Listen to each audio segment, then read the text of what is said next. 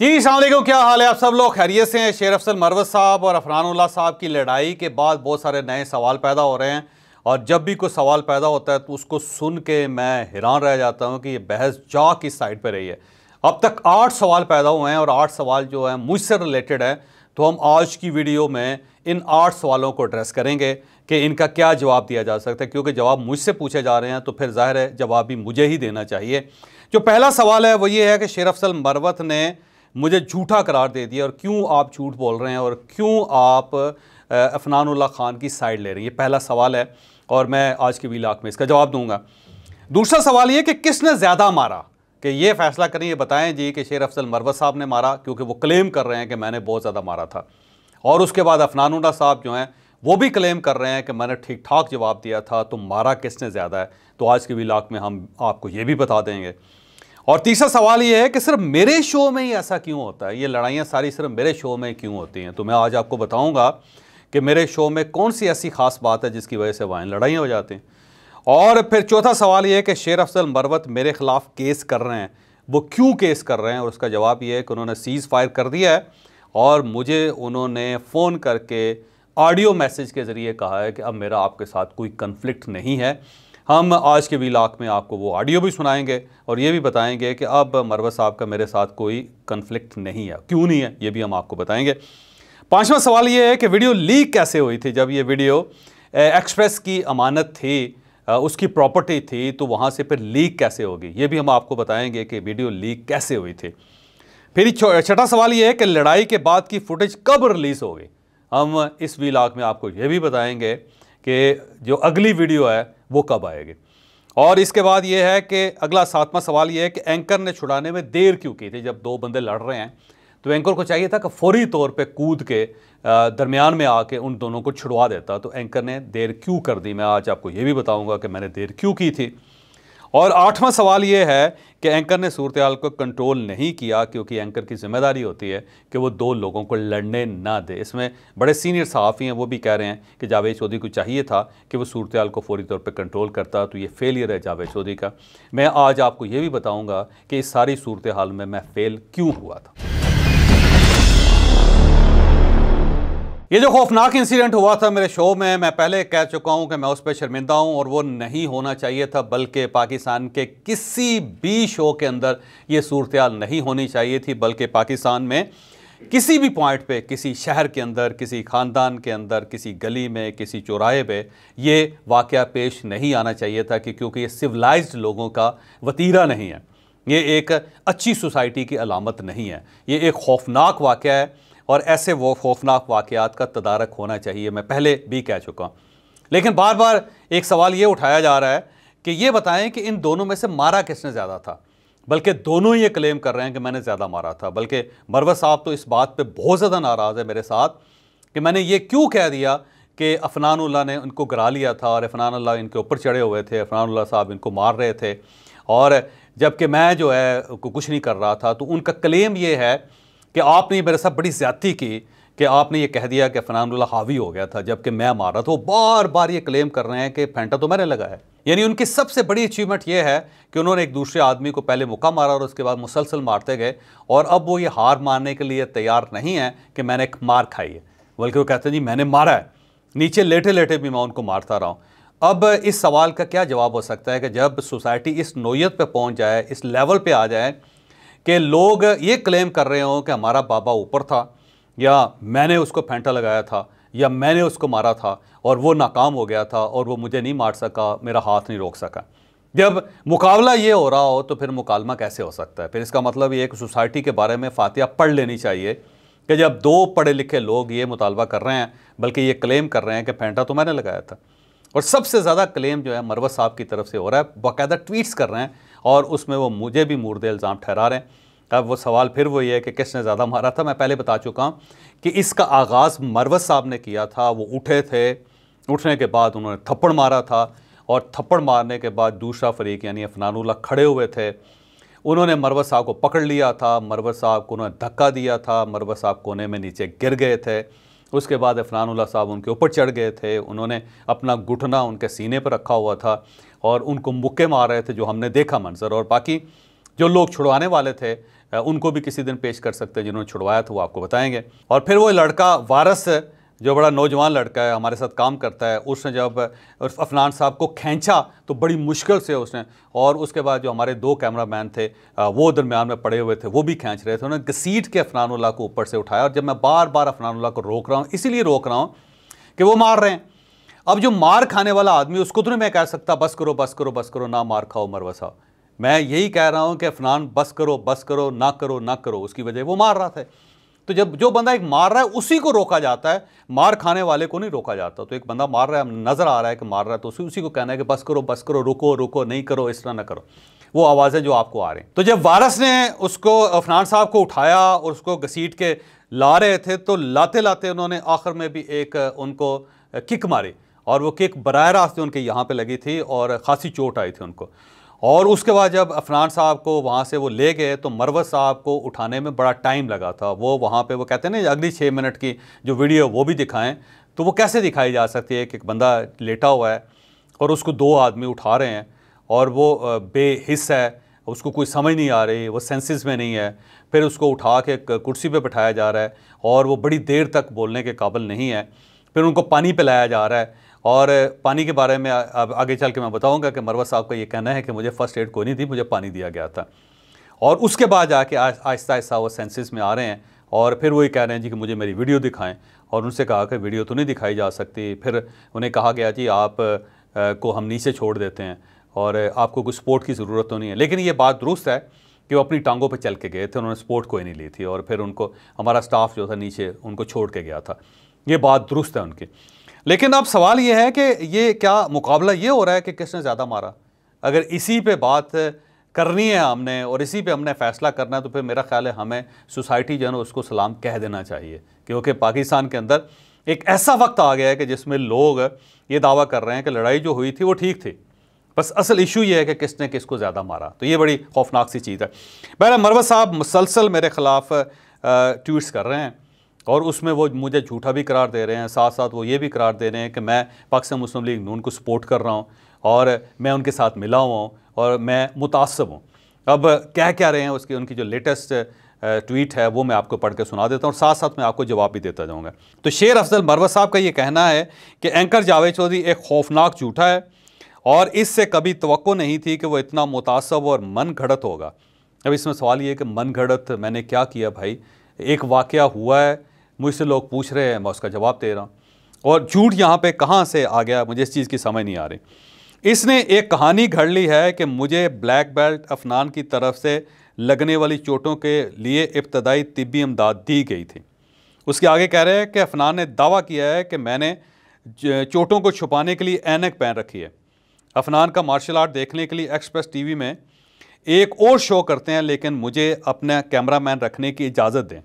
कल मैं सारा दिन कैमरे के सामने रहा और मेरा चेहरा और आंखें नज़र आ रही थी। अब सवाल ये है कि अगर वो ये शो दोबारा करना चाहते हैं और वो कहते हैं जी मेरा कैमरा आने दें और वहाँ पे दोबारा शो कर लेते हैं, तो इसका मतलब ये हुआ कि ये टॉक शोज़ हो, ये WWE है कि एक ऐसा शो है जिसके अंदर हमने रेसलिंग दिखानी है।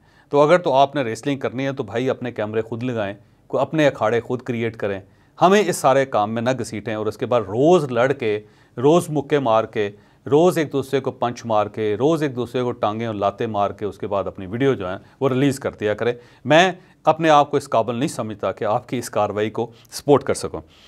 उसके बाद उनका ये कहना है कि मेरा चेहरा क्योंकि सारा दिन कैमरों के सामने रहा और आंखें नज़र आ रही थी। वो ऐनक की बात कर रहे हैं शायद, अफनान साहब ने कहा जी ऐनक लगा के फिरना पड़ता है, तो ऐनक तो पहले उन्होंने लगाई थी। और ये बात दुरुस्त है कि उनकी आंखों के ऊपर चोट लगी थी, कि क्योंकि ये चोट हमने खुद देखी थी और ये गलत है, नहीं होना चाहिए था कि एक आदमी जो है उसको इस तरह मारा जा रहा है।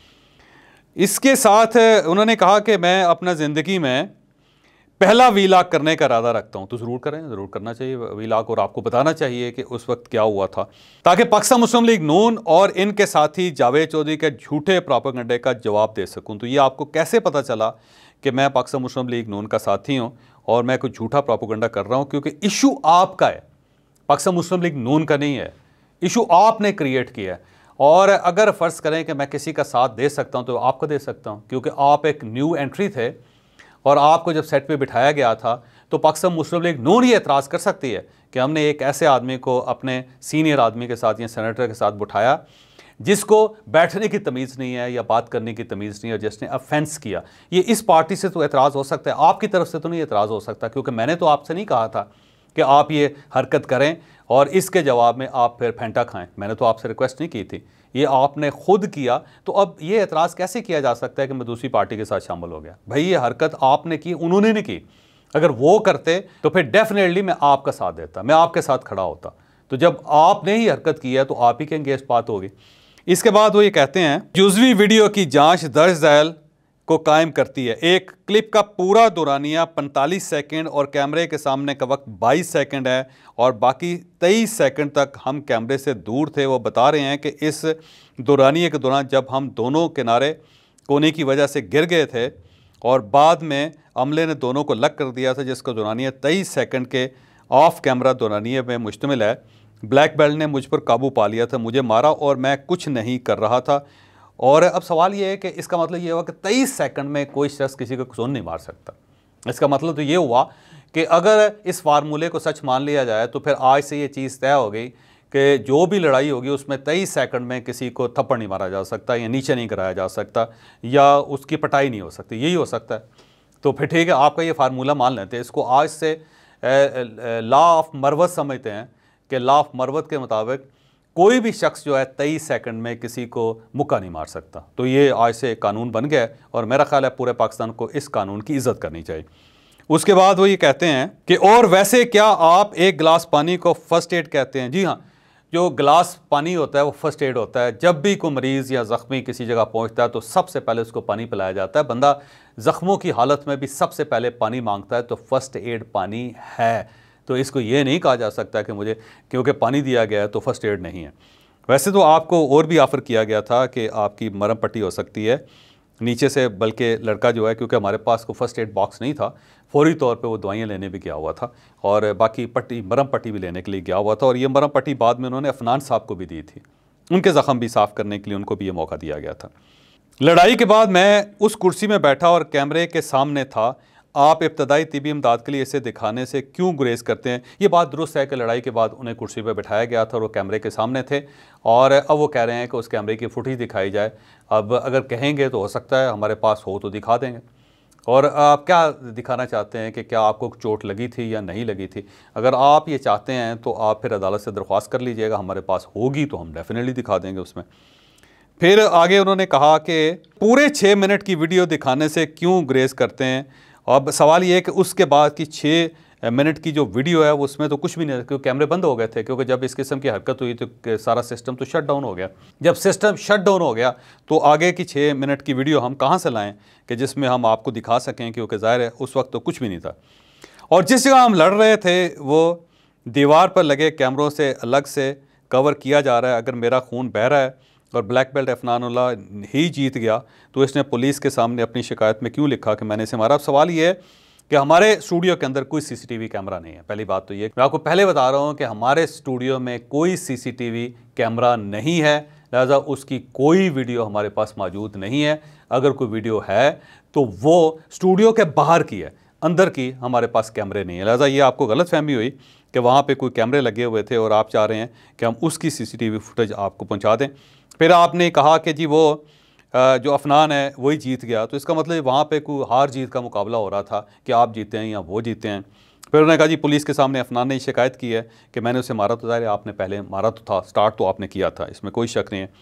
और इस ड्रामे के पीछे मरीम नवाज़ का हाथ है और वो मुझे सबक सिखाने के लिए अपना असर सूख और मीडिया इस्तेमाल कर रही हैं। ये अब मरीम नवाज़ साहबा जाने और आप जाने, अब मुझे इसके बारे में कुछ अंदाज़ा नहीं, मैं सिर्फ स्टूडियो के अंदर की बात कर सकता। और आखिर में इन्होंने कहा कि पश्तून कभी लोहार को मुकाबले के काबिल नहीं समझते। इसका मतलब ये हुआ कि पश्तूनों में लोहार नहीं होते। फिर अगर पश्तूनों में लोहार नहीं होते तो फिर लोहे का काम पश्तून कहाँ से करवाते हैं? ये भी एक सवाल है जो ज़ाहिर है इसका जवाब तो मरवत साहब ही दे सकते हैं। अगला सवाल ये है कि सिर्फ मेरे शो में ये क्यों होता है? इसका सिंपल जवाब है कि सिर्फ पीटीआई क्यों करते हैं। सवाल है ना कि आप सिर्फ ट्रैक रिकॉर्ड निकाल लें। सबसे पहला जो इशू टेलीविज़न चैनल्स पे हुआ था, वो नईमुल हक साहब ने गिलास मारा था एक दूसरे मेहमान को, और उसकी फुटेज आज भी यूट्यूब पे पड़ी हुई है। और नईमुल हक साहब का ताल्लुक़ किस पार्टी के साथ था? उनका ताल्लुक़ पीटीआई के साथ था। ये पहला वाक़या था किसी स्टूडियो के अंदर गिलास चलने का। तो अब ये वाक़या पीटीआई से मंसूब है कि नईमुल हक साहब पीटीआई के बानी अरकान में शामिल थे और वो उनके बड़े पुराने लीडर थे, तो उन्होंने आगाज़ किया था। फिर मुराद सईद साहब और इफ्तिखार मोहम्मद चौधरी के बेटे के दरमियान लड़ाई हुई थी, और ये लड़ाई आज टीवी के अंदर हुई थी। अब सवाल ये कि मुराद सईद साहब का किसके साथ, किस पार्टी के साथ ताल्लुक़ था? मुराद सईद साहब का ताल्लुक़ पीटीआई के साथ था। फिर नईमुल हक साहब ने थप्पड़ मारा था दानियाल अजीज़ को। अब नईमुल हक साहब जो हैं उनका ताल्लुक़ फिर किस पार्टी के साथ है? उनका ताल्लुक़ पीटीआई के साथ है, और थप्पड़ उन्होंने लाइव शो में मारा था। फिर फिरदौस आशिक अवान साहिबा ने अब्दुल कादिर मंदोखेल साहब को मुक्का मारा था, कसून मारा था, आपको याद होगा। अब फिरदौस आशिक अवान साहिबा का ताल्लुक़ इस पार्टी के साथ था, उनका ताल्लुक़ पीटीआई के साथ था, और उस वक्त पंजाब में वज़ीर आला पंजाब की तर्जुमान थे। तो ये काम किसने किया? पीटीआई ने किया। और अब हम आखिरी इस वाक़े को देख लेते हैं। तो शेर अफसर मरवत साहब और अफनान उल्लाह खान साहब जो हैं, इनके दरमियान लड़ाई हुई, और इस लड़ाई को इनिशिएट किसने किया था? शेर अफसर मरवत साहब ने किया था। और मरवत साहब का ताल्लुक़ किस पार्टी के साथ है? पीटीआई के साथ। अब ये जो सवाल उठाया जाता है कि सिर्फ मेरे शो में क्यों होता है, इसका जवाब तो मैं आगे चल के दूंगा, लेकिन इशू ये है कि सिर्फ पीटीआई क्यों करते? क्या और सियासी जमातें, क्या कभी पाकिस्तान पीपल्स पार्टी ने ये किया है? क्या कभी पाकिस्तान मुस्लिम लीग नून ने यह किया है? कभी जेयूआई ने यह किया है? क्या ये एमक्यूएम ने किया है? जो एमक्यूएम इंतहाई खौफनाक जमात थी अल्ताफ़ हुसैन साहब के दौर में, क्या उन्होंने ये किया? तो जब इतनी बड़ी बड़ी पुरानी पार्टीज़ जो हैं वो किसी शो में ये नहीं कर रही, तो सिर्फ पीटीआई क्यों कर रही है? तो इस सवाल का सिंपल जवाब ये है कि मेरे शो को आप छोड़ें, उसकी वजाहत मैं आगे चल के करूँगा। मुझे सिर्फ इस सवाल का जवाब दे दें आप कि ये सिर्फ पीटीआई क्यों करते। अब इससे जो अगला सवाल है कि शेर अफसर मरवत साहब मेरे ख़िलाफ़ केस कर रहे हैं, क्योंकि वो बार बार ट्वीट कर रहे हैं और उसमें वो क्लेम कर रहे हैं कि वो मुझे को अदालत में घसीटना चाहते हैं, या उनके पास मेरे ख़िलाफ़ कुछ सबूत मौजूद हैं। तो मरवत साहब के मामले में मैं ये बता दूं कि उनका मेरे साथ जो कॉन्फ्लिक्ट है वो ये था कि जो पहले हमने वीलॉग किया था, उनका ये कहना है कि मेरा वर्जन ले लिया गया था। जो मैंने उनसे कहा कि अपना वर्जन दे दें, तो उन्होंने कोई 1 मिनट की ऑडियो भिजवा दी थी जो हमने पिछले वीलॉग में प्ले कर दी थी, और उसके बाद उनका एक नया मैसेज आया, और उस मैसेज में उन्होंने कह दिया है कि जी मेरे आपके साथ कोई इख्तलाफ नहीं, आइंदा से हम दोनों भाई भाई हैं। भाई भाई का लफ्ज़ उन्होंने इस्तेमाल नहीं किया, लेकिन उससे मतलब यही अखज़ किया जा सकता है कि अब मेरे साथ उन्होंने सीज़ फायर कर दिया है, अब मेरे साथ उनका कोई फड्डा नहीं है। तो जो उन्होंने कहा है उस ऑडियो को मैं पहली ऑडियो जो आप पहले सुन चुके हैं, लेकिन एहतियातन दोबारा आपको सुना रहे हैं, और उसके बाद फिर जो नई ऑडियो है और उसको थोड़े से वक्फे के बाद हम उसको भी सुना रहे हैं। तो अब उसका मतलब ये हुआ कि मरवत साहब ने वो जो मेरे ख़िलाफ़ पर्चा दर्ज करवाने का, या मुझे जो झूठा करार दे रहे हैं, या मेरे ख़िलाफ़ वो बातें कर रहे हैं, उससे वो तायब हो चुके हैं, उससे उन्होंने सीज़ फायर कर दिया। मेरा उनके साथ कोई कन्फ्लिक्ट नहीं है। अस्सलाम वालेकुम मोहतरम जावेद चौधरी साहब, आपका वीलॉग नज़रों से गुजरा।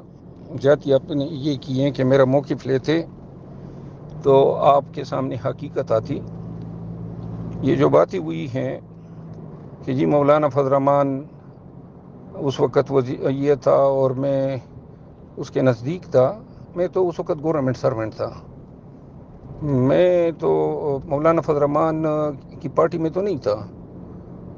और दूसरी बात ये है कि मैं, आपने कहा अरबों की करप्शन है, मैं तो सिर्फ 3 महीने रहा हूँ। आप रिकॉर्ड देख सकते हैं। 3 महीनों में जब आप कोई अकली तौर पे मुमकिन है कि कोई करप्शन हो सकती है, जब कोई स्कीम नहीं थी, कुछ भी नहीं था। दूसरी बात ये है कि आपने कहा है कि जी नेब का केस और करप्शन के चार्जेस, किसी ने इदारे ने कभी आज तक मुझ पे कोई करप्शन का चार्ज नहीं लगा, कोई नेब का केस मेरे ख़िलाफ़ नहीं बना है, न मैंने ज़िंदगी में मेरे हवाले से कोई ऐसी बात आई। तो लिहाजा अगर आप मुझसे वेरीफाई करते, मौलाना फजल रहमान ने अगर ये बात कही कि जी ये हमने नेकियां की हैं, तो ये गलत बयानी कर रहे हैं। मौलाना फजल रहमान जो हैं वो अपने ज़ात के अलावा किसी के साथ नेकी नहीं करता है।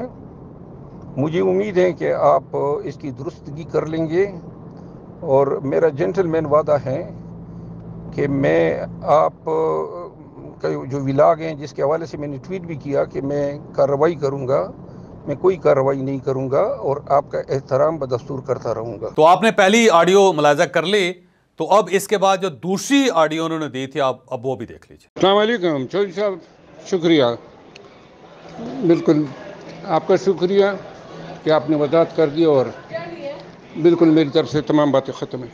Thank you. अब अगले 4 सवाल रह जाते हैं।